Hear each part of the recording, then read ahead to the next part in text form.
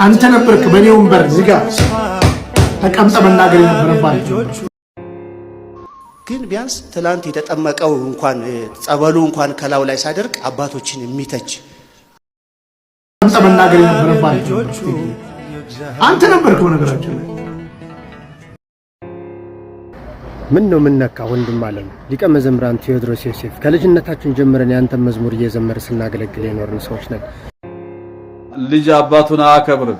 በዚህ ጊዜ ሃይማኖት አባቶች ነን በሚሉት ዙሪያ ሰው እየተገደለ እየተቀነጠሰ ሊቃነ ጳጳሳቱ ፌስቡክ ይጠቀማሉ። አይተው ገለል ብለው ታከብሩትን ሰው አታግቡ። በቃ ያላገባችሁ ሰዎች ያላገባችሁ እህቶች በደንብ ስሙኝ። ሰላም ጤና ይስጥልኝ ውድና የተከበራችሁ የአዳም ቲዩብ ቤተሰቦች፣ እንግዲህ ዛሬም ልዩ ልዩ በሆኑና ወቅታዊ በሆኑ ዝግጅቶች መተናል። ነገሮችን ሁሉ በማስተዋል ማየት እንዳለብን የሚያስገነዝብ ፕሮግራም ነው። ሃይማኖት አባቶች ነን በሚሉት ዙሪያ ሰው እየተገደለ እየተቀነጠሰ ሊቃነ ጳጳሳቱ ፌስቡክ ይጠቀማሉ። አይተው ገለል ብለው እንዳይነካቸው። አልሰማሁም አላየው። በዚህ ጉዳይ ላይ ምንም ቢሆን በሌሎቹ ጉዳዮች ላይ እኮ ሲኖዶሱ ሊሰበሰብ ይችላል። በካህናት ሞት ቤተክርስቲያን መቃጠል ጉዳይ ከሆነ ዝም። ይናገር ሰው ካለ ቢታሰር ዝም። ይናገር ሰው ካለ ቢሰቃይ ዝም። ካህኑ አይቶ ያለ ክፋት ያለው ውንብድና ያለው ጭካኔ ያለው ሌብነት ያለው ማጭበርበር ያለው ማስመሰል ያለው ውሸት ያለው በጣም ብዙ ነገሮች አሁን በአገልጋይ መንደር ነው። ተሰሚነት የነበራት ዓለምን ታንቀጠቅጥ የነበረችው ቤተክርስቲያን ዛሬ አገሯ ላይ ምንም ማትሰራ ምንም ለምን እንደሆነ ታውቃላችሁ? ማድረግ በሚገባን ጊዜ ምንም ስላላደረግን የመደመጥ ክብራችን ከአፋችን ተወስዷል። ሐዘን ጭንቀት ይቀርና ልጅ አባቱን አከብርም። በዚህ ጊዜ ኦርቶዶክሳውያን በብዛት እርስ በርሱ አይከባበርም። እርስ በርሱ ፍቅር የለውም። ልጅ አባቱን አከብርም። ተሳዳቢዎች ኦርቶዶክሳውያን ተሳዳቢዎች ሆነዋል ተብሎ ነው በዚህ ሰዓት እየተነገረ ያለው። ልጆች አባቶቻቸውን አከብሩም። ስድብ ነው፣ መሳደብ ነው። እና ስለዚህ እርስ በርስ መከባበር፣ አባቶቻችንን ማክበር፣ እኛም መፈቃቀር፣ መዋደድ ይሄ ያስፈልጋል። ይሄ ከሌለ ግን ዋጋ የለም። በውስጡ ፍቅር ያስፈልጋል። ስለ ሃይማኖታችን ስለ እምነታችን ጉዳይ ብቻ በተመለከተ ነው መነጋገርም መከታተልም ማገልገልም መገልገልም የሚገባው ስለዚህ ቤተክርስቲያን ጉዳይ ብቻ ነውና እኛ ስለ ራሳችን እምነት ብቻ ስለ ሃይማኖታችን ብቻ ከተከታተል እንባረካለን፣ እንቀደሳለን፣ ለሀገራችንም እንጸልያለን፣ ሀገራችንም ሰላም ትሆናለች። አለበለዚያ ግን ሰላም ከሌለ ፍቅር ከሌለ ግን ዝም ብሎ መመላለስ ከሆነ ዋጋ የለውምና በደንብ ትኩረት ልንሰጥበት የሚገባው ስለ ሰላም፣ ስለ አንድነት፣ ስለ ፍቅር፣ ስለ ራሳችን እምነት ሃይማኖት ብቻ ማየት እንደ አባቶቻችን ያስፈልጋልና ስለዚህ በፍቅር በሰላም በስምምነት ሆነን መጾም፣ መጸለይ፣ እግዚአብሔርን ማምለክ ያስፈልጋል። የሁሉ ህዝብ እያለቀ ባልሰማ ጆሮ ዳባ ልበስ ማለቱ ነው። እስኪ አንድ ጊዜ ይሄን ቪዲዮ አይተን እንመለስ። ግን ቢያንስ ትላንት የተጠመቀው እንኳን ጸበሉ እንኳን ከላው ላይ ሳደርቅ አባቶችን የሚተች 5 ሳንቲም እና 20 ሳንቲም 10 እና 5000 ፎሎወር ለማግኘት አባቶቻችን 10 ቀን በኋላ ደግሞ ሊቃነ ጳጳሳትን የምትሳደቡ ሆናችሁ አባቶቻችሁን የምትሳደቡ አገልጋዮችን የምትሳደቡ ሆናችሁ ፈረንጅ ኢዚት ፌር ይላል። ፌር ነው። ሙፍቲን ባቻቸውን የሚያከብሩ ስል በደንብ ተረዱኝ። አሁን በቅርብ አንድ አባት የእስልምና እምነት ተከታይ አባት አረፉና እሳቸው በማረፋቸው እኔም አንዱ ሀዘንተኛ ነበርኩ። ምክንያቱም ደግ ሰው ስለነበሩ አንደበታቸው ጣፋጭ ስለነበረ እኛ ኦርቶዶክሳውያን ሁላችንም በየድህረ ገጻችን ላይ አባታችን ሀጂ ሙፍቲን ነፍስ ይማርልን ብለን ብዙዎቻችን ፖስት አድርገናል አይደል? ተሳስቻለሁ። ከ10 ቀን በኋላ ደግሞ ሊቃነ ጳጳሳትን የምትሳደቡ ሆናችሁ አባቶቻችሁን የምትሳደቡ አገልጋዮችን የምትሳደቡ ሆናችሁና እንደው ፈረንጅ ኢዚት ፌር ይላል። ፌር ነው። ሙፍቲን ባከበርንበት አንደበታችን ኦርቶዶክሳዊነት ባለማህተቦቹ አባቶቻችንን ደግሞ ምን ሰድብ ሆነን። ይኸውላችሁ ወገኖቼ እኔ ብዙ ንግግር አልወድም። ነገር ግን በእንቁም ይሁን በእምነበረድም ይሁን በወርቅም ይሁን ቤተክርስቲያን ከታነጸ በኋላ ቤተክርስቲያንን ቤተክርስቲያን የሚያሰኟት ሊቃነ ጳጳሳት ናቸው። ተሳስቻለሁ? አጨብጭቡና ገለጹ። አይደሉም ናቸው። ማነኝ አጨብጫቢ ነኝ። ለመጣው ለሄደው አጨበጭባለሁ። ገና ለሚመጣው ተዘጋጅቻለሁ። ሰው ይታዘበኛል እኔ መቼ አውቃለሁ። በሄድኩበት ቦታ አጨበጭባለሁ። ማነኝ አጨብጫቢ ነኝ። ማነኝ አጨብጫቢ ነኝ። እንደዚህ ምን ስራ ነው? እባካችሁ እኔ ከዚህ በኋላ ላልናገር እችላለሁ ወይ ድጋሜም ላታገኙኝ ትችላላችሁ። ከልቤ ነው የምላችሁ። አባቶቻችሁን አክብሩ። ነገ ሙፍቲ ተነስተው ህንፃ ቤተክርስቲያን አያሳንጹልህም። ነገ ሙፍቲ ተነስተው ቤተክርስቲያን አይባርኩልህም። ይኸው እየሞትን እየተገደልን እንደሆነ እውነት ነው። ይሄ የሚታይ ምድር ላይ ያለ እውነት ነው። ነገር ግን የተረፍነውንም ሁሉ ለማገልገል አባቶች ያስፈልጋሉ፣ አገልጋዮች ያስፈልጋሉ። በጣም ጥንቃቄ ያስፈልጋል። ትናንትና እንደ ማህበራዊ ሚዲያ ነበረ ከኦርቶዶክስ ቤተክርስቲያን ከኢትዮጵያ ኦርቶዶክስ ተዋሕዶ ቤተክርስቲያን ወደ ኢትዮጵያ ኦርቶዶክስ ተዋሕዶ ቤተክርስቲያን ከሌላ እምነት የመጣ ሰው ብዙ ነገር ይናገራል። አባቶቻችሁ እንዲያደርገው በእናንተ ዘመን እንዲሆኑ በእናንተ ዘመን ሞት ሆኖ በእናንተ ዘመን ቃጠሎ ሊሆን ይችላል። አዎ ግን ቢያንስ ትላንት የተጠመቀው እንኳን ጸበሉ እንኳን ከላው ላይ ሳደርቅ አባቶችን የሚተች 5 ሳንቲም እና 20 ሳንቲም 10 እና 5000 ፎሎወር ለማግኘት አባቶቻችሁን የምትሰድቡ የምትነቅፉ ለጊዜው ትንሽ ፊጥ ስላላችሁ በእውነቴ ነው የምላችሁ። እኔ ንግግር አልወድም። ለትንሽ ሳንቲም ለ5000 ለ10000 ፎሎወር ብላችሁ አባቶቻችሁን ክብር ማሰጡ በታሪክ ተወቃሽ ትሆናላችሁ። ቤተክርስቲያንም እያሳጣችሁን ነው፣ አባቶቻችንንም እያሳጣችሁን ባዶ ልታደርጉን ነውና በማህበራዊ ሚዲያ የምትጽፉትን የምትናገሩትን ተጠንቀቁ እባካችሁ እባካችሁ። ደግሜ ላለው በወርቅ በእንቁ በእምነበረድ ቤተክርስቲያን በብዙ ወጪ በብዙ ድካም ብናሳንጽ መተው በሜሮን የሚያከብሩልን ብፁዓን አበው ሊቃነ ጳጳሳት ናቸው። በፍጹም እንደው በምትወዳ ድንግል ማርያም ካፋችሁ በማጠፋው ድንግል ማርያም ይዣችኋለሁ። አንደበታችሁን ከማህበራዊ ሚዲያ ጠብቁ። ስፔሻሊ ደግሞ አባቶቻችሁን በመንቀፍ ክብር የለም። ነገ ያስፈልጉናል። እሺ ወንድሞች፣ ሲበልልታ በጭብጨባ ገለጹልኝ።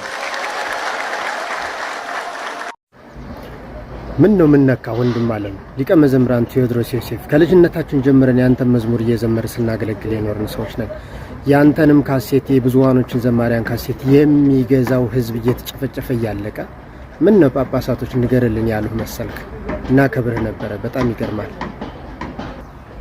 ሲጀመር እኛ አገልጋዮች ለዚህ ጭፍጨፋና ሃይማኖታዊ ሞት ግድያ ግንባር ቀደም ሆነን መውጣት ሲገባን ተው ዝም በሉ ተብሎ አፍ እንዲሸበብ ታረጋለህ። እንዴ ማለት ምን ሆንክ ግን? ባለቀ ሰዓት በመጨረሻው በ11ኛው ሰዓት ዘመን ሊያልቅ ሲል ለሰማዕትነት መቅረብ ሲገባ ተው እንጂ ወንድሜ። ሲጀመር ጳጳሳትን የተሳደበ የለም። ዝም ሲሉ ግን ለምን አባቶቻችን ዝም አላችሁ? ጥቁር ለብሰን ውጡ ስንባል ጥቁር ለብሳችሁ ውጡ ስንባል ጥቁር ለብሰን ወጥተናል። እናንተ ስንጨፈጨፍ ለምን ግንባር ቀደም ሆናችሁ አልመራችሁንም? ነው ይሄ ተገቢ ጥያቄ ነው። የልጅነት ጥያቄ ነው የተጠየቀው እና ስንናገር ብናስተውል ጥሩ ነው። ከዚህ በኋላ ላታገኙን ትችላላችሁ ሁሉ ብለሃል። ለምን እንደሆነ ግን አልገባኝም። አንተ ነበርክ በኔ ወንበር ዝጋ ተቀምጠ መናገር የነበረባችሁ። አንተ ነበርክ በነገራችን ላይ አንተ ነበርክ ልትናገራቸው። አንተ እኮ ስላልተናገርክ እኮ እኛ እየተናገርን ያለነው። እናንተ እኮ ዝም ስላላችሁ ደጅ ይዘጋብናል ብላችሁ ዝም ስላላችሁ ነው እኛ እየተናገርን ያለነው። ቴዲ እናንተ እኮ ብትናገሩ እኮ እኛ እንናገር ነበር። እውነታው ይሄ ነው። ከዛ በተረፈ ፎጣዬ ደርቋል። የዛኑ ቀን ነጠላ ያደረገው እና ልታሳቅቁን አትሞክሩ። ከዛ በተረፈ ለምንም አይደለም ኦርቶዶክስ የሆነ ነው፣ ስለ ዘላለም ነው የሆነው። እና ቴዲ ብታስተውል ጥሩ ነው ወንድም። የህዝብ ህመም የቤተ እምነትህ ህመም ካልተሰማ አንተ በእውነት ከስራሃል። እኛ የምንጮህ እውነትን እውነት ለማለት ነው።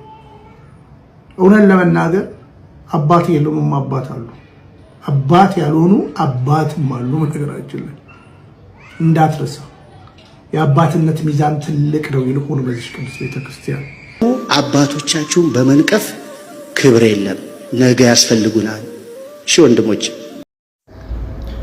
እውነት ለመናገር ቢኒያም ሽታይ ወይንም አሁን በክርስትና ስሙ ኃይለ ኢየሱስ እንደው ትናንትና ተነስቶ ስለ ቅድስት ቤተክርስቲያን የሚሞግትና እጅግ በጣም ያላትን ችግር ነቅሶ አውጥቶ ለእውነት እየታገለላት ያለ ሰው አለ ወይ? እውነት ለመናገር እሱ እንዳለው እንግዲህ አንተ በወንበር ላይ በኔ ወንበር ላይ ተቀምጠህ መናገር የሚገባህን ባለመናገርህ ነው እኔ ሳይገባኝ እዚህ ተቀምጬ ለቤተክርስቲያን ተቆርቋሪ ሆኜ የምናገረው ብሎ እንደውም አስረግጦ ነው መልስ የሰጠው ለሊቀ መዘምራን ቴዎድሮስ ዮሴፍ። ትክክል ነው።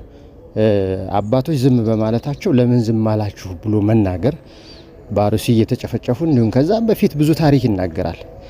የቤተክርስቲያንን ስደትና መጨፍጨፍን ጠቅሶ በሚናገርበት ሰዓት ማንም ያገባኛል ሊገደኛል ብሎ ያልተናገረውን በሀፍረት ተሸብቦ በፍርሃት ቆፈን በተለይ በፍርሃት ቆፈን ተሸብቦ በተቀመጠ ሰዓት እንደ ቅዱስ ጳውሎስ በደማስቆ በመብረቅ ተመቶ እንደተጠራው እንደ ቅዱስ ጳውሎስ በስተመጨረሻ የቤተክርስቲያን ልጅ ሆኖ ገብቶ እንደ ሐዋርያው ለቤተክርስቲያን ቀንዓት የተንገበገበ ሆኖ የተገኘ ሰው ሆኖ እያለ እሱን ጭራሽ ማሸማቀቅ ከጀርባው ላይ የተጠመቀው ጸበል ሳይደርቅ አማርኛ ማሳመር እንደዚህ ነው። በጣም ያሳዝናል። እንዲህ የመጡትን እንደዚህ ለማሸማቀቅ መሞከርና እንቅፋት መሆን ራሱ በጣም እጅግ በጣም አስነዋሪ ነገር ነው። እንደውም በመጽሐፍ ቅዱስ ምንድነው የሚለው? አንዳንዴ መጽሐፍ ቅዱስም ሳናነብና በደንብ ሳንማር እንዲሁ ለመዘመር እንደው መነሳሳትም በጣም መጥፎ ነገር ነው። አንዳንዴ እውቀትም ያስፈልጋል። እሺ ወደ ቤተ እግዚአብሔር የሚመጣን ሰው ወይም የቤተ እግዚአብሔርን ጉዳይ የሚያከናውንን ሰው ከማሰናከል ይልቅ ያ አሰናካዩ የድንጋይ ወፍጮ በአንገቱ ላይ ታስሮ ጥልቅ በሆነ ባህር ቢወድቅ ይቀለዋል አለ። እንዴት ክፉ እንደሆነ ማሰናከል። ለምንም አይደለም ኦርቶዶክስ የሆነው ስለ ዘላለም ነው የሆነው። እና ቴዲ ብታስተውል ጥሩ ነው ወንድም። የህዝብህ ህመም የቤተ እምነትህ ህመም ካልተሰማ አንተ በእውነት ከስራሃል። እንዴት ትናንት መጥቶ ወይም ጸበሉ ሳይደርቅ ተብሎ ሰውን በጣም ያሳዝናል። ይቅርታ እንግዲህ እንዲህ ማለትም አይገባኝ ይሆናል። ተግሳጽ መስጠትም አይመለከተኝም ባልልም ላይገባኝ ይችል ይሆናል። ግን አንዳንዴ ደግሞ ይገባን ይሆናል። አልፎ ተርፎ ችግሩ እየፈሰሰ ከገደብ ያለፈ ሆኖ ሲገኝ ደግሞ ልንናገር ግድ ይላል እና ማስተዋል ያስፈልጋል። ሌሎቻችን በዚህ ልንነቃ ይገባል። ሊቀ መዘምራን ቴዎድሮስ የተቀዳሚ ሙፍቲ ሀጂ ዑመር ኢድሪስ ሞት ይህንን ያህል ልብህን ሰብሮህ ካዘንክ እሳቸው እድሜያቸውን ጨርሰው በፈጣሪያቸው ተጠርተው ሄደዋል አይደል? የእሳቸው ሞት ይህን ያህል ካሳዘነህ ገና እድሜያቸው 10 ዓመት ያልሞሉ ጨቅላ ህፃናት አንገታቸው እየተቀላ እግራቸው እየተቆረጠ ለሚገደሉ በአርሲና አካባቢ ላይ ላሉ ክርስቲያኖች ድምጽ መሆን ለምን አቃተ ታዲያ? ነው ወይስ ከዚህ በፊት ጉባኤ ተጋብዘ በየቦታው ስትሄድ ሀጂ ሙፍቲ ነበሩ እንዴ አበል የሚከፍሉ እኮ እነዚህ ዛሬ እግራቸውን እጃቸውን አንገታቸውን ቤታቸውን ንብረታቸውን ህይወታቸውን እያጡ ያሉ ኦርቶዶክሳውያን ባለማህተቦች ክርስቲያኖች ናቸው እኮ። እኔ በግሌ ምንም ካንተ ጥላቻ የለኝም። ነገር ግን ልጋብዝ እስቲና አሁን አርሲ እንሂድ። እኛ 3 ቀን አርሲ ቆይተን መጣን። እዛ ያለውን የክርስቲያኖችን ስሜት ሲሰማ ይገባሃል። ከቻላችሁ ድምጽ ሁኑ፣ ካልቻላችሁ ደግሞ አፋችሁን ዘግታችሁ ዝም በሉ። ቀን ይመጣል የሚያስተዛዝበን ቀን። እዚህ ቲክታክ ፕላትፎርም ላይ የሚጮኸው ወጣት አባቶቹን ተሳድቦ አይደለም። ድምጽ ሁኑ፣ የቤተክርስቲያን ድምጽ ይሰማ፣ የክርስቲያኖች የምእመናን ሞት ይብቃ፣ ምህላ አውጁልን እያለ ነው ወጣቱ የሚጮኸው እንጂ አባቶቹን ለመሳደብ አይደለም። ያላግባብ አባቶችን የሚሳደብ ወጣት ካለ እኛ ክርስቲያኖችን ከሚጨፈጭፉ ጨፍጫፊዎች ለይተን አናየውም። አላግባብም ደግሞ ክርስቲያኖች ሲጨፈጨፉ እያየ እየሰማ ዝም የሚልም ደግሞ ከጨፍጫፊዎቹ አንዱ ተባባሪ ነው ብለን ነው የምናስበው። ጥይት በማይበሳው መኪና ስለሚሄዱ አባቶቻችን ይህንን ያህል ጥብቅና ከቆምክ በየዕለቱ በጥይት ተደብድበው ለሚሞቱ ኦርቶዶክሳውያን ክርስቲያኖች ባለማህተቦች መናገር ለምን አፈርክ?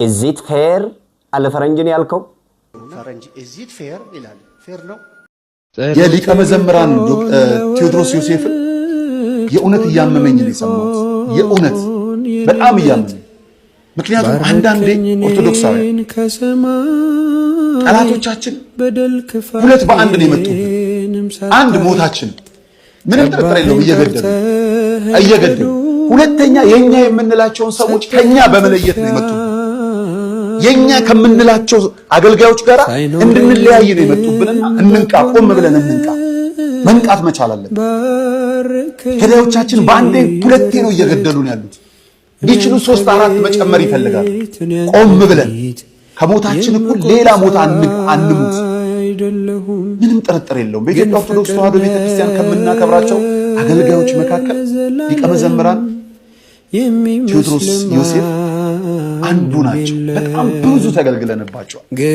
የተናገሩት ነገር ትክክል አይደለም አዎ ትክክል አይደለም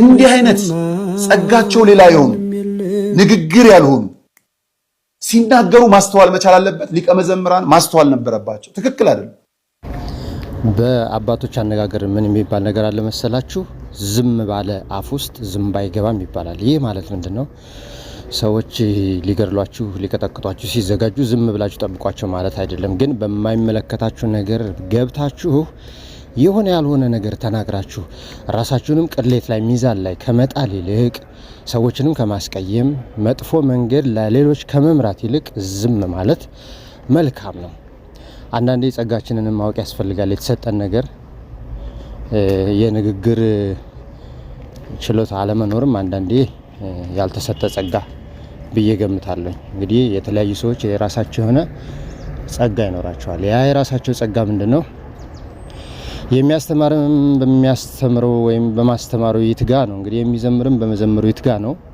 ፕሮግራም የሚመራም ፕሮግራም በመምራቱ ይትጋ የሚሸመግል የሚያስታርቅም በማስታረቁ ይትጋ እንግዲህ መጽሐፍ ቅዱስ እነዚህ ነው የሚለው ነገር ግን ወቅታዊና ጊዜያዊ ጉዳዮች የግድ ገፍተውን እንዲህ ያልሆነ ነገር ተናግረን ግን መስመሩን ጭራሽ ማጥፋት እንደሌለብን ነው በጣም የሚያመላክተው Justice for the RC Orthodox. They were persecuted solely for their faith. I am an Ethiopian Orthodox Christian. I'm also an Ethiopian Orthodox Christian. And we're standing here today to raise awareness about the killing of Ethiopian Christians, Orthodox Christians, all throughout Ethiopia. You've heard about the people getting persecuted and the Christians being persecuted in Eastern Europe and Nigeria, but we're here to tell you the media, the mass media won't say anything about this, and we need to raise awareness for our brothers and sisters. All over the world, Ethiopian. ዛሬ በስዊድን እንደምትመለከቱት የተቃውሞ ሰልፍ እያካሄድን እንገኛለን 3 ጊዜ ኮፒ ሊንክ ያደረጋችሁ ድምጻችን እንዲሰማ እንድታደርጉልን እንጠይቃለን Sweden we need Your protection. Not deportation. No deportation. Not deportation. No deportation. Stop deportation to Ethiopia. ይህም ወደ ኢትዮጵያ ዲፖርት የመደረግ ሂደትን የመቃወም ነው Sweden